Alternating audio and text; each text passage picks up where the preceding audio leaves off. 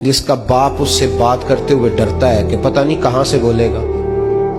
बदनसीब नहीं वो बेटा जिसकी माँ उससे बात करते हुए सहम जाती है कि पता नहीं कौन सी बोली बोलेगा। बदनसीब नहीं कि माँ बाप भी जिससे खोल के बात ना कर सके। हजरत मालिक बिन दिनार से कहने लगा, अम्मा ने जब कहा ना शर्म कर, तो मुझे गुस्सा आया, मैंने माँ को थप्पड़ मारा और मेरी माँ जलते हुए तंदूर में गिरी। लोगों ने मुझे पकड़ के अंदर बंद कर दिया कमरे में। सारी रात मैं शोर सुनता रहा पर नशे में धोत रहा। सवेरे आंख खुली तो मेरी बीवी बैग बांध रही थी। मैंने कहा कहाँ जा रही हो? कहने लगी जो माँ का नहीं बना मेरा कैसे बनेगा।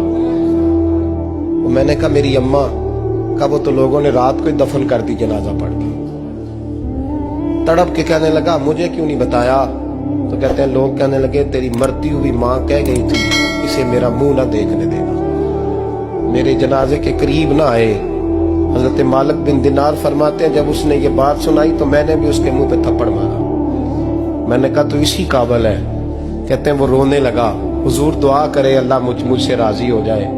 कहने लगा जब माँ की इंतकाल की खबर मिली तो मैंने कुल्हाड़ी लेके वो हाथ काट दिया जिससे माँ को मारा था। मैंने सारी जायदादें खिरात कर दी। 24 साल हो गए, 24 साल। सारी रात नमाज पढ़ता हूँ, रोजा रखता हूँ, हज करता हूँ, पर हर साल कोई आके कहता है जा दौड़ जा तेरा कोई नहीं कबूल हुआ। हुजूर दुआ करे मालिक राजी हो जाए। फरमाते मैं थप्पड़ मार के आ गया। मैंने कहा तुझसे राजी हो जाए इतने जालिम से? इमाम मालिक फरमाते रात को आके सोया तो मुझे ख्वाब में रसूल पाक का दीदार हुआ।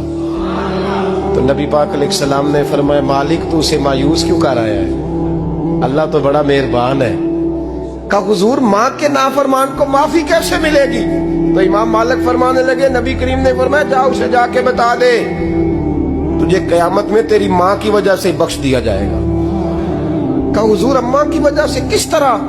तो महबूब फरमाने लगे इसकी माँ कयामत में इसके खिलाफ मुकदमा दायर करेगी रब करीम की अदालत में। ए अल्लाह मैंने 9 माह पेट में रखा, दर्द सह के इसे जना, जिगर का खून पिला के पाला और इसी ने मुझे कत्ल किया।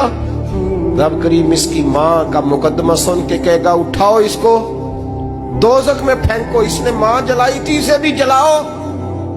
महबूब फरमाने लगे जब पकड़ करके मालिक उसको मोहम्मद बिन हारून को लोग ले जाएंगे ना जहन्नम की तरफ, अभी फरिश्ते घसीटेंगे ही तो पलट के फिर अम्मा की तरफ देखेगा और दूसरी दफा फिर घसीटेंगे तो पलट के देखेगा और तीसरी दफा फिर पलट के कहेगा अम्मा ये मुझे जलाने लगे, अम्मा ये जहन्नम में फेंकने लगे। मेरे हबीब फरमाने लगे वो जल के मरने वाली माँ वहां भी बोल पड़ेगी, कहेगी या अल्लाह चल मैंने माफ किया तू भी माफ कर दे। ऐ अल्लाह मैंने माफ किया तू भी माफ कर दे।